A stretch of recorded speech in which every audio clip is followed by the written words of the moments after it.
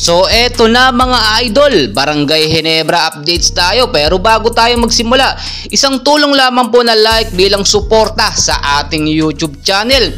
So nagsimula na nga po ang unang araw ng practice nito nga pong bagong import ng Barangay Ginebra na si Tony Bishop.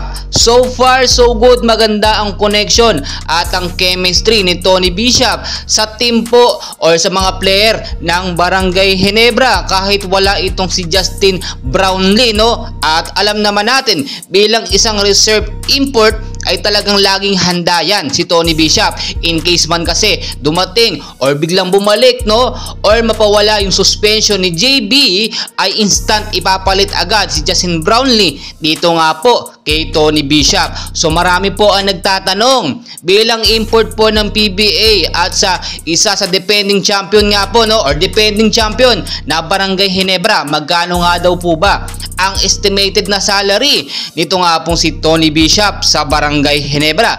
So ayon po sa ating mga nakuhang mga sources, no, nagre-range po ng 25,000 US dollar per month or 1,400,000 pesos na pera po natin ang isang buwang sahod nga po nitong si Tony Bishop bilang import nga po ng PBA. So kung monthly naman po, estimated yan na pumapalo po sa 250,000 US dollar to 300,000 na US dollar ang yearly po niya na sahod. So kung titignan nyo, sobrang laki po talaga, no? Talagang milyon. Pero magagawin man, sulit naman yan kung maganda yung ipapakita nitong import na paglalaro at lalo na kapag ka napa-champion, may kasama pa po. So ngayon po, walang Justin Brownlee na nakasama sa unang araw po ng practice ng Barangay Ginebra na kompleto sila.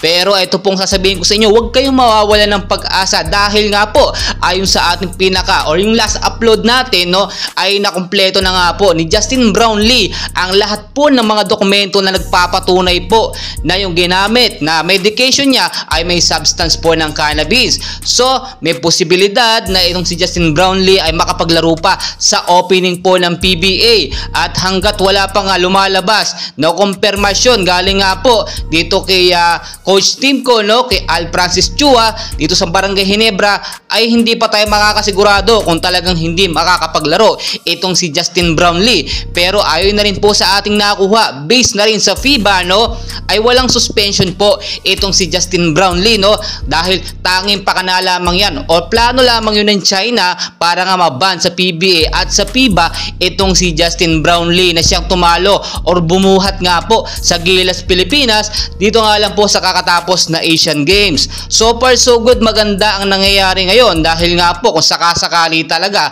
ay 1 to 3 months lamang ang pwede nilang isampa na suspension dito nga po kay Justin Brownlee at hindi na po yun pwedeng mag-exceed pa sa mas mataas pa doon or mas matagal pa. Pwede na 6 to 1 year, hindi na po pwedeng mangyari yun. So sa mga idol talaga or naghihintay dito sa ating Justin Brownlee, no, gustong-gusto po natin siya makapaglaro dahil siyempre nagdala ng kintong medalya. Hintayin po natin yung mga updates, no, at ngayon i-enjoy lamang natin yung mga practice nga po or yung mga simple updates nga po sa ating kupunan ng Barangay Ginebra. Huwag kayong mag-alala kahit hindi po makapaglaro ito si Justin Brownlee, and hopefully makapaglaro naman sana sa opening ng PBA, no, ngayong season na ito, November 5, ay malakas pa rin ang Barangay Ginebra. Bakit ka mo? May mga star player sila. Itong si Tony Bishop, parang Justin Brownlee din ang laruan na ito. Siyempre, napakalaki ng bayad niya kay Tony Bishop. So dapat, no, galingan niya at ipakita niya ang kanyang mga galing talaga. Yung mga laruan niya sa Meralco Bolts, ipakita niya po, ibuhos niya dito sa Barangay Ginebra. Well guys, napakarami pa pong kaganapan, and please,